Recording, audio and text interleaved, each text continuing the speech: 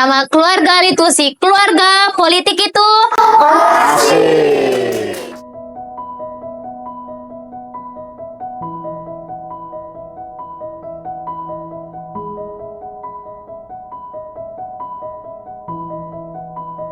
perkenalkan, nama aku Angel Castorus dari mahasiswa Ilmu Politik angkatan 22. Di sini kita juga kedatangan keluarga Litusi, yaitu Pak Gaston Otto Malindir, yang dimana beliau sebagai tokoh inspiratif dan penulis di media-media massa loh, Bes. Halo Pak Gaston. Halo. Kita akan berdiskusi tentang isu-isu politik lingkungan. Apakah benar bahwa investasi dalam keberlanjutan lingkungan selalu membawa keuntungan jangka panjang bagi perusahaan, atau ada risiko yang tidak banyak dibahas? Ya, baik. Terima kasih, Angel. Ini menarik ya, pembahasan mengenai politik lingkungan. Karena selama ini kan yang dibahas ini dalam konteks politik ini terlalu tertuju pada yang sifatnya berkaitan dengan pemilu, partai politik dan sebagainya. Sedangkan isu-isu yang berkaitan dengan politik lingkungan ini jarang kemudian diangkat ke permukaan atau dijadikan sebagai konsumsi publik. Nah, padahal ini menjadi penting karena kalau kita kembali beberapa tahun ke belakang, isu lingkungan ini sudah menjadi perhatian termasuk oleh PBB.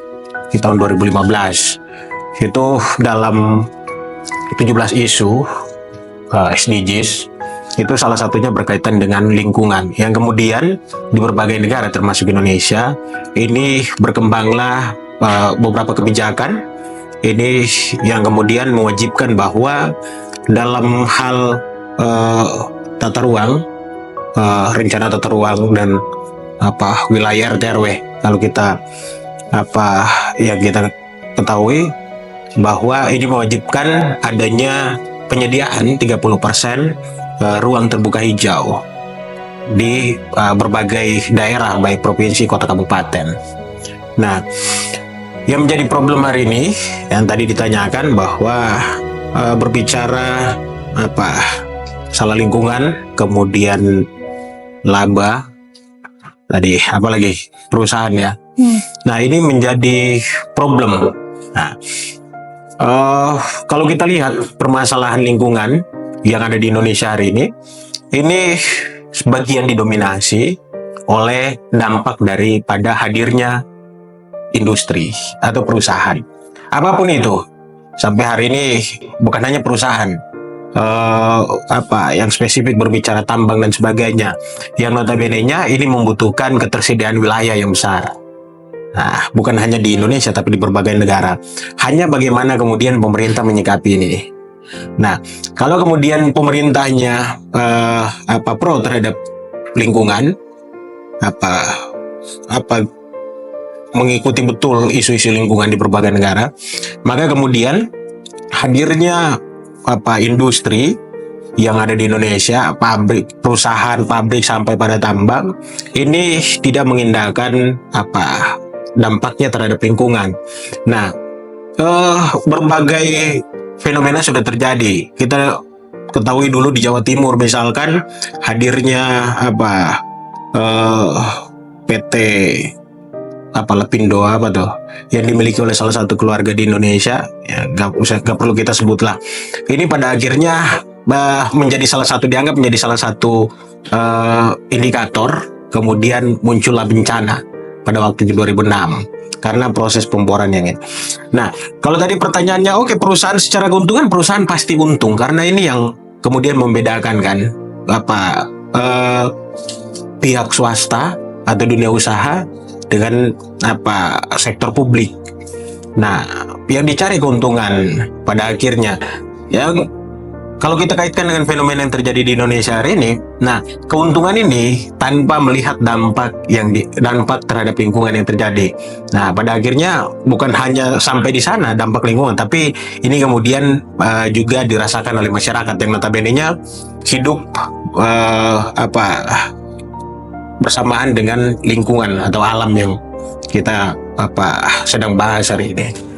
Nah, jadi kalau tadi pertanyaannya, ya hadirnya usaha, baik itu perusahaan, tambang dan sebagainya, berbicara untung, ya pasti untung. Hanya dalam fenomena yang terjadi di Indonesia ya, dampaknya selalu yang dirugikan adalah lingkungan dan juga masyarakat. Nah, itu kira-kira tadi pertanyaan pertama. Oke, diskusi kali ini sangat seru banget ya, Bes. Jadi pertanyaan selanjutnya, Bang, kita tahu greenwashing menjadi isu besar belakangan ini, di mana perusahaan mengklaim ramah lingkungan tanpa tindakan nyata. Seberapa serius masalah ini di Indonesia dan bagaimana kita bisa mengatasinya? Isu ini kan sebenarnya udah berkembang bukan hanya beberapa tahun kebelakangan. Ini kalau kita baca dari beberapa literatur misalkan, itu munculnya konsep ini kan diawali di Amerika tuh. Ini menjadi salah satu bentuk kritik dari salah seorang pengamat lingkungan di sana 1986 kalau saya nggak salah itu. Ini dengan memberikan kritik terhadap pola manajemen hotel yang kemudian menggunakan handuk dan sebagainya itu. Nah, kemudian berkembang ke Indonesia. Ini banyak perspektif yang kemudian menerjemahkan itu. Ada yang mengatakan ini sebagai bentuk manipulasi, ada yang mengatakan ini strategi bagi perusahaan, dunia usaha yang kemudian ingin membranding seolah-olah bahwa produk yang dihasilkan atau dikeluarkan ini tidak mengesampingkan aspek lingkungan. Nah, kira-kira seperti itu.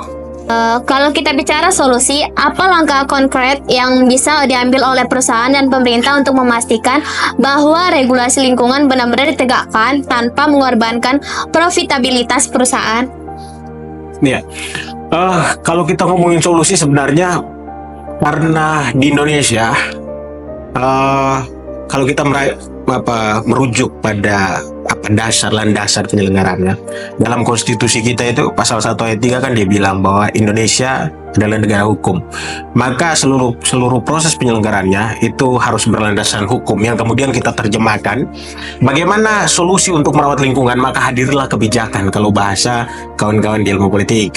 Nah, kalau kawan-kawan hukum mungkin undang-undang dan sebagainya, produk politik. Nah, sebenarnya sudah banyak kebijakan yang dihasilkan kalau kita lihat, termasuk tadi kewajiban untuk ketersediaan 30% ruang terbuka hijau, kemudian ada beberapa peraturan pemerintah, kemudian berkaitan dengan izin usaha, peraturan pemerintah terkait dengan izin usaha berisiko dan sebagainya, itu PP tahun 2021 ya. Nah, itu kan sebenarnya sudah disebutkan di sana bahwa bagaimana kemudian hadirnya perusahaan, hadirnya industri ini tidak mengesampingkan ataupun mempertimbangkan dampak lingkungan. Nah, jadi kembali lagi, solusinya sejauh ini adalah bagaimana keberpihakan pemerintah.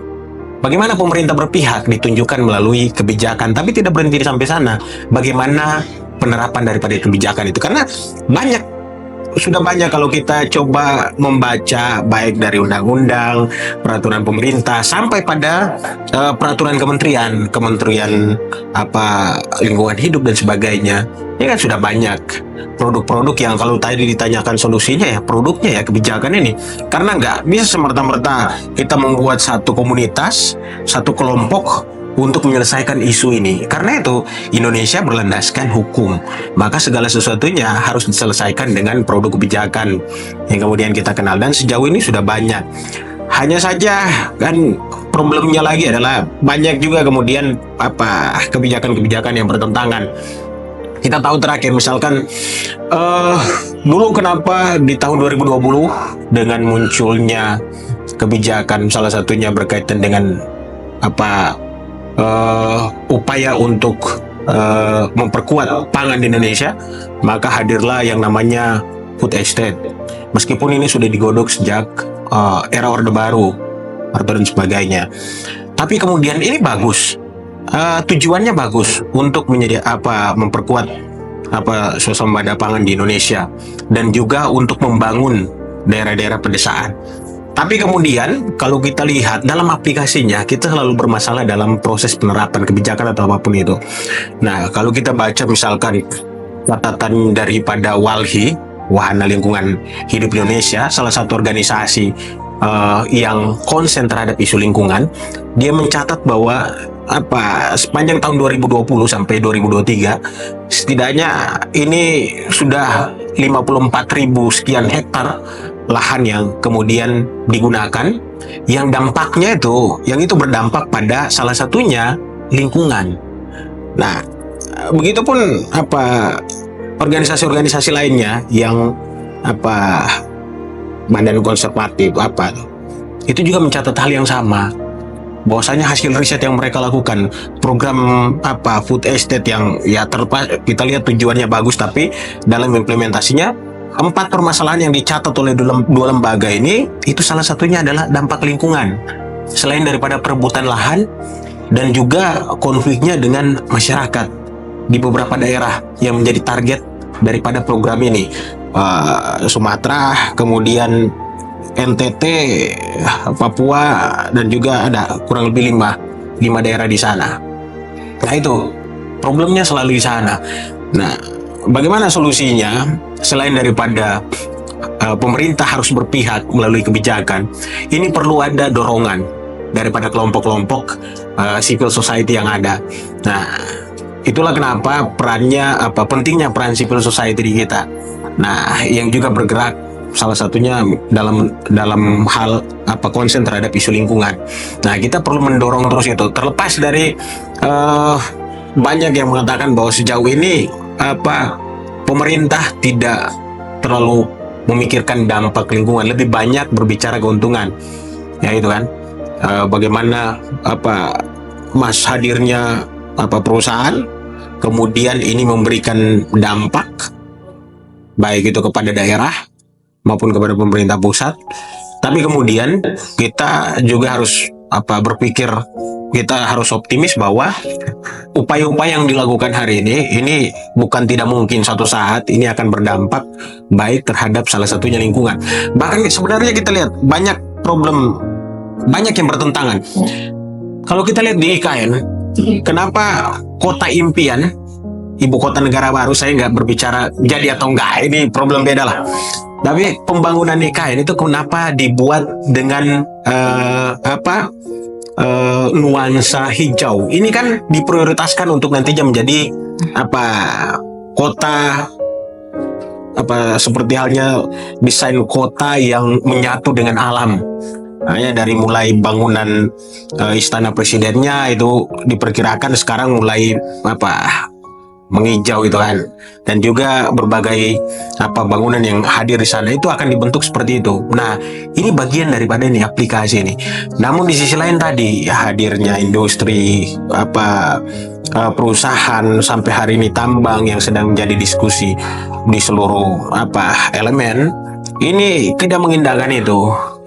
Nah, jadi harapan kita selain daripada keberpihakan pemerintah, ini perlu terus dilakukan dorongan. Meskipun saya meyakini bahwa kelompok-kelompok seperti WALHI, kemudian Badan Konservatif Alam dan sebagainya,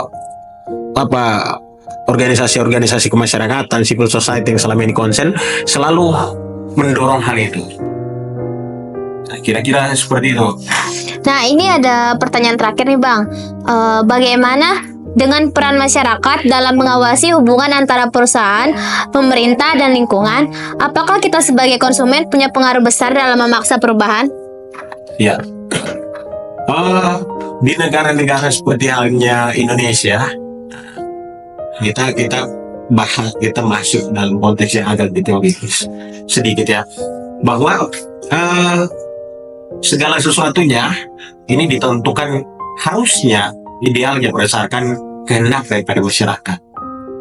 Nah, terlepas dari itu nanti masyarakatnya yang dikategorikan mayoritas dan sebagainya.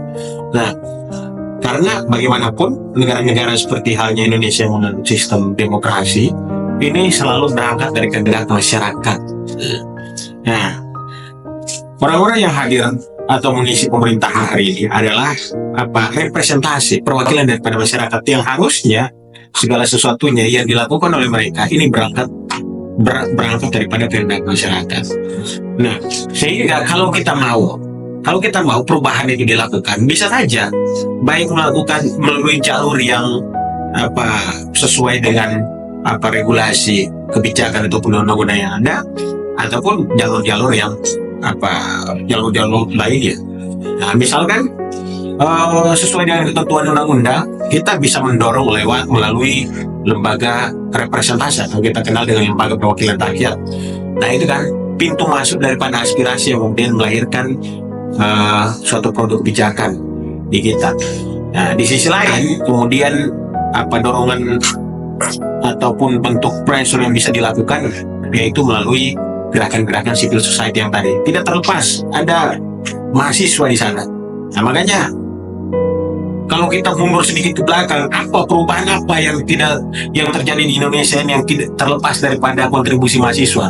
Kalau cuma jangankan isu lingkungan, sekelas bagaimana menentukan Orde Baru saja bisa, apalagi kemudian hanya menekan pemerintah untuk lebih peka terhadap lingkungan.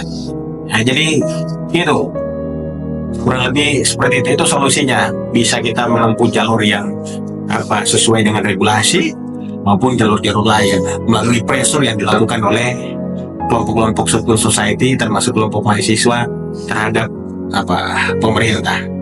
Kira-kira seperti itu. Oke, diskusi kali ini menarik banget ya, Bes. Jadi, jangan lupa saksikan terus diskusi Keluarga Litusik ya, Bes. Jangan lupa follow IG-nya Politik UKI ya, Bes. Dan jangan lupa subscribe channel Ilmu Politik UKI ya, Bes. Salam Litusik, politik itu asik.